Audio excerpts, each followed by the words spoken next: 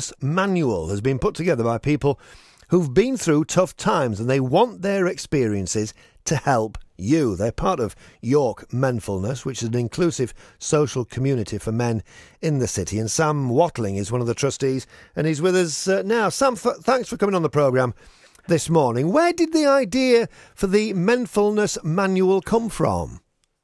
Morning, thank you for having me.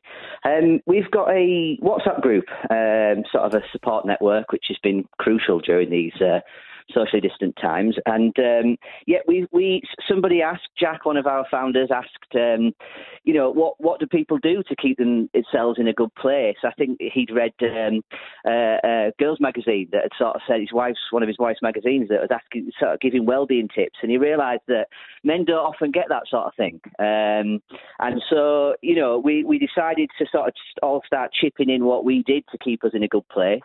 And out of that, the manual was born. It's interesting you say that, because as you mentioned it, I was thinking about those magazines that you were talking about, and it seems that, for want of a better phrase, those women's magazines, they've been doing this for a long, long time. The old idea, I suppose, of the agony aunt column, this is how I'm feeling, what should I be doing? And yet, for men, it seems to have taken a long time to get to that point, and listening to you talking about it, Sam, it makes a lot of sense. Thank you. Yeah, I think that's exactly what Menfulness is all about. The point being that we want to sort of fight the stigma a little bit and remind people that it's not only is it acceptable to talk, but it's absolutely vital that we do that in order to keep ourselves in a good place. And I think the group supports each other. If someone's having a rough time, whether it's on the Facebook group, the York Menfulness on Facebook, or the WhatsApp group, if someone shouts up saying, "Oh, I'm struggling with this," within minutes there's sort of 10, 20 blokes will be responding with their own experience, things that they've done to help. The point is, we might not be able to solve your problems, but you don't have to face them on your own, and that's something that we that everybody that's part of Menfulness believes and holds close to them. It's been said so many times, particularly over the past few months, that the simple idea of just having a chat with somebody is so important. Yeah, and I think that's it, is that, we've just started a new collaboration with York City Knights, which we're really, really chuffed about. And that is just that. It's a Zoom meeting every Wednesday night at 7 p.m. And we're hoping that eventually that will be in the community stadium with the Knights facilitating. And I think that will literally be an opportunity to chat about the week you've had, about the week that's coming, about the things that are worrying you. But equally, not all blokes feel comfortable with that sort of environment. So Menfulness offers... we've got football twice a week. We've got social circuits. We've got walk and talks. Opportunities for blokes to be doing something at the same time as feeling that they've got permission to open up if and when they're ready. Do you think that we men are getting better at talking about these things?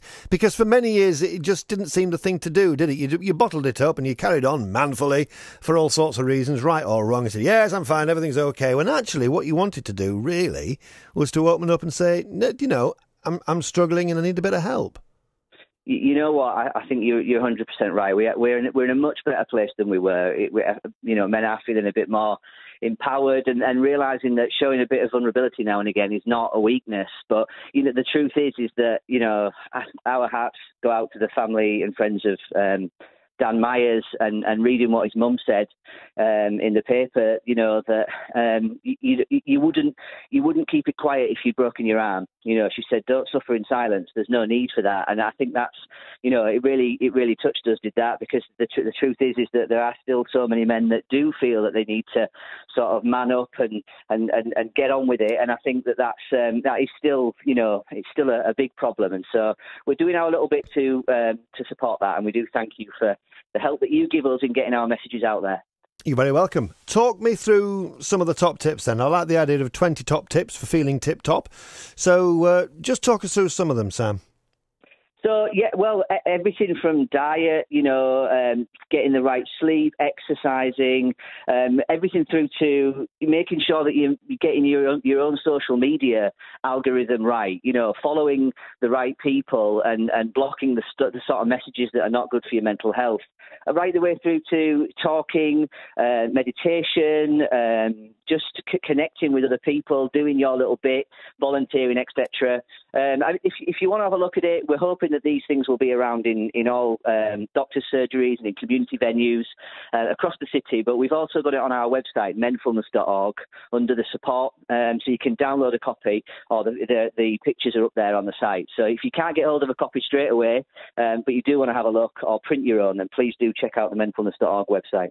Sam, good to talk to you. Thanks ever so much. Sam Watling, one of the trustees of York Menfulness. Menfulness.org is the website to have a look at those top tips.